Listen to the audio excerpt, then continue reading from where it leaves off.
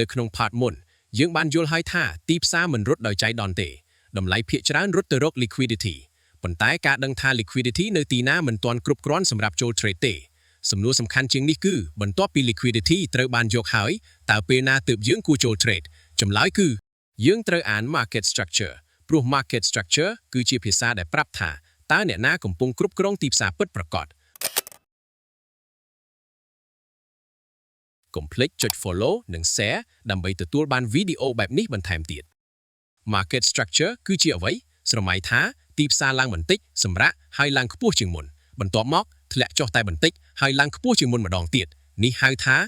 uptrend ហើយវាមានលក្ខណៈពីរយ៉ាង higher high higher low វាប្រាប់យើងថារាល់ពេលតម្លៃធ្លាក់មានអ្នកទិញចូលមកទិញវិញនោះមានន័យថា buyers កំពុងគ្រប់គ្រងទីផ្សារផ្ទុយទៅវិញបើទីផ្សារបង្កើត lower high និង lower low នោះគឺជា downtrend នៅទីនេះ sellers ជាអ្នកមានអំណាចដូច្នេះមុនគិតពី entry សួរខ្លួនឯងជាមុនថាតើពេលនេះអ្នកណាកំពុងឈ្នះ break of structure ឥឡូវយើងមកដល់ break of structure មានន័យថាតម្លៃបំបែក structure ចាស់ដើម្បីបញ្ជាក់ថា trend បច្ចុប្បន្ននៅតែបន្ត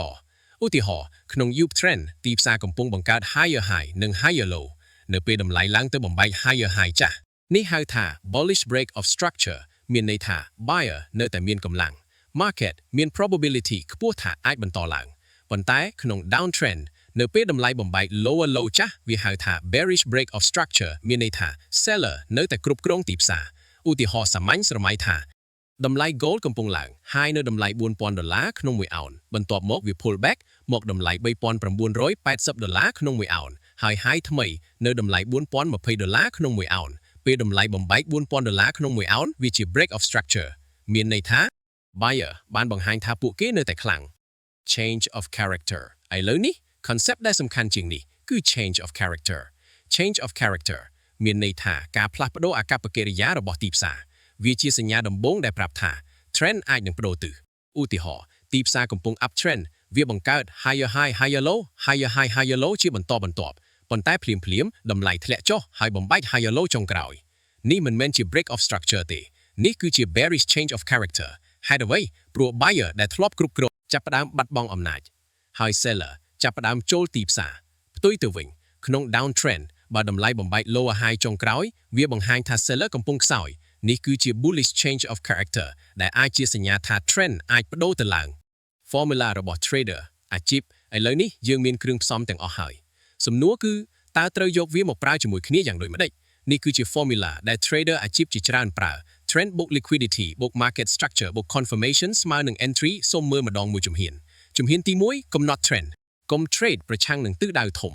ជំហានទី2រងចាំឲ្យតម្លៃទៅយក liquidity កុំដេញតាមទីផ្សារទុកឲ្យទីផ្សារមករកអ្នកជំហានទី3មើលថា market structure មានការផ្លាស់ប្ដូរដែរឬទេមាន break of structure មាន change of character ជំហានទី4រងចាំ candlestick confirmation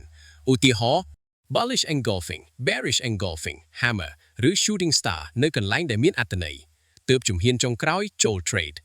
សូមកត់សម្គាល់ NT គឺជាជំហានចុងក្រោយមិនមែនជាជំហានទី1ទេឧទាហរណ៍ជាក់ស្ដែងលើ gold ស្រមៃថា gold កំពុងស្ថិតក្នុង uptrend អ្នកឃើញតម្លៃធ្លាក់ចុះ trader ថ្មីជាច្រើនចាប់ផ្ដើមភ័យពួកគេគិតថា range ចប់ហើយប៉ុន្តែ trader អាជីពមិនប្រញាប់សន្និដ្ឋានទេពួកគេរងចាំតម្លៃធ្លាក់មកយក sell side liquidity ប៉ះតំបន់ support បន្ទាប់មកបង្កើត hammer ហើយ bullish engulfing ទីផ្សារបំបែក swing high តូចមួយនៅពេលនោះពួកគេមានភ័ស្តុតាងគ្រប់គ្រាន់មាន uptrend liquidity sweep support bullish confirmation break of structure នៅលើ time frame តូចនេះគឺជា setup ដែលមាន probability ខ្ពស់ជាងការចុច buy ដោយគ្រាន់តែឃើញ hammer មួយកំហុសដែល trader ថ្មីតែងតែធ្វើចូលសួរខ្លួនឯងតើអ្នកធ្លាប់ធ្វើកំហុសទាំងនេះទេទី1ឃើញ breakout ហើយដេញតាមភ្លាមទី2ឃើញ candlestick មួយហើយចូល trade ដោយមិនមើលទីតាំងទី3មិនដឹងថា liquidity នៅទីណាទី4មិនរងចាំ confirmation ទី5មិនមាន trading plan បើអ្នកកំពុងធ្វើចំណុចទាំងនេះកុំបារម្ភ trader ជោគជ័យភាគច្រើនក៏ធ្លាប់ឆ្លងកាត់ដំណាក់កាលនេះដែរភាពខុសគ្នាគឺពួកគេរៀនពីកំហុសហើយបង្កើតប្រព័ន្ធជួញដូរដែលមានវិន័យ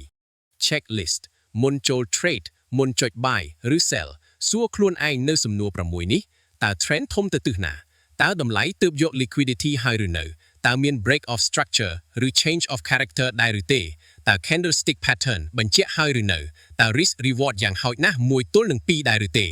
បើ trade នេះខុស តើខ្ញុំអាចទទួលយកការខាត់បងនេះបានទេបើអ្នកអាចឆ្លើយបាទឬចាគ្រប់សំណួរនោះអ្នកមិនកំពុងលេងល្បែងស៊ីសងទៀតទេអ្នកកំពុងអនុវត្ត trading plan ចាំថា trader ដែលចាញ់តែងតែសួរថាតើខ្ញុំគួរ buy ឬ sell ប៉ុន្តែ trader អាជីពសួរថាតើទីផ្សារកំពុងប្រាប់រឿងអ្វីខ្ញុំពួកគេមិនប្រញាប់ដេញតាមតម្លៃពួកគេរងចាំឲ្យទីផ្សារបង្ហាញសញ្ញាបៀទាំងអស់ជាមុនសិននៅពេល liquidity ត្រូវបានយក market structure ផ្លាស់ប្ដូរ candlestick បញ្ជាក់ឲ្យ risk management សមស្របពេលនោះទើបពួកគេចូល trade នោះហើយជាភាពខុសគ្នារវាងការទាយទីផ្សារនិងការអានទីផ្សារ